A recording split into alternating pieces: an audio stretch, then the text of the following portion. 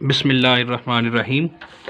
काशकर भाइयों, आज की जो वीडियो है इसके अंदर हम बात करेंगे कि गंदम का बीज जब हम काश करने लगते हैं तो उसको ट्रीट कैसे किया जाता है और उसको हम क्यों ट्रीट करते हैं। वो कौन कौन सी बीमारियां हैं जो सीड ट्रीटमेंट की वजह से जिन पर काबू पाया जा सकता है।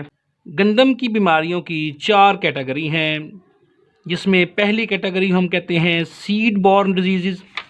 दूसरी होती है seed and soil borne disease, यानी सीड से भी लगती हैं और ज़मीन से भी लगती हैं।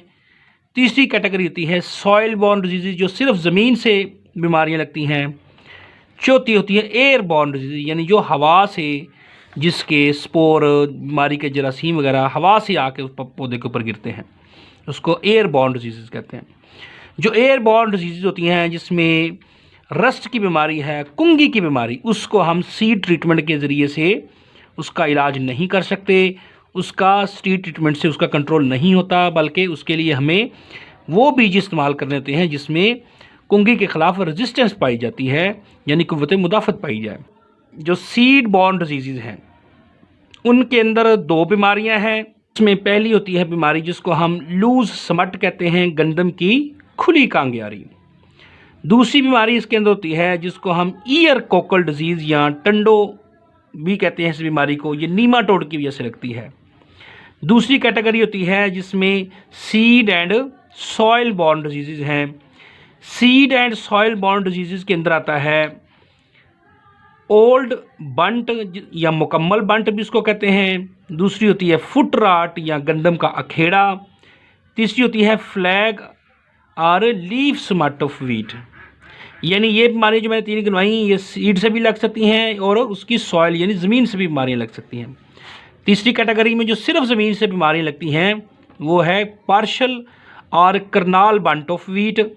ये सिर्फ एक ही बीमारी है जो सिर्फ ज़मीन से लगती है। अब ये हो गई बीमारियां, इनको अब ट्रीट करने का, इनको ख़त्म करने का, इनको कंट्रोल करने का तरीका होता है हम सीड ट्रीटमेंट करें, अपने बीज को दवाई लगाकर उसकी बिजाई करें।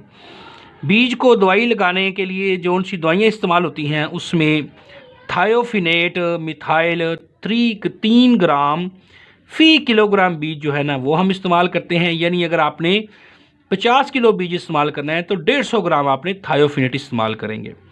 इसके अलावा भी मार्केट के अंदर तेले को कंट्रोल करने के लिए भी अमीडा क्लोप्रिड जमा ट्यूबोकोनाजोल, इनका सलूशन इस्तेमाल होता है, जो 2 मिलीलीटर फ़ी किलोग्राम बीज के लिए इस्तेमाल होगा। यानी 50 किलो के लिए 100 मिलीलीटर आपने दवाई इस्तेमाल करनी है।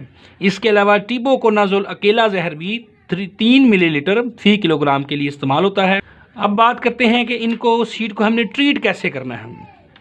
सीड ट्रीटमेंट का तरीका ये होता है कि आपने पहले 25 किलो बीज जो है ना उसको ले लेना है, और आपके लिए जो सीड ट्रीटमेंट का ख़ास ड्रम होता है उस ड्रम के अंदर हम उसकी 1 लीटर पानी के अंदर दवाई की आधी मिकदार, यानी 150 अगर आपने ग्राम दवाई इस्तेमाल करनी है तो उसका 75 ग्राम दवाई और 1 लीटर पानी इसमें डाल के आपने दवाई को अच्छे तरीके से उसके अंदर मिक्स कर लेना है पानी के अंदर, और फिर उसको बीज के अंदर लगा के ड्रम के अंदर उसको घुमाएंगे और आपका बीज जो है ना वो थोड़ी देर 5 मिनट घुमाने पर बीज को दवाई लग जाएगी।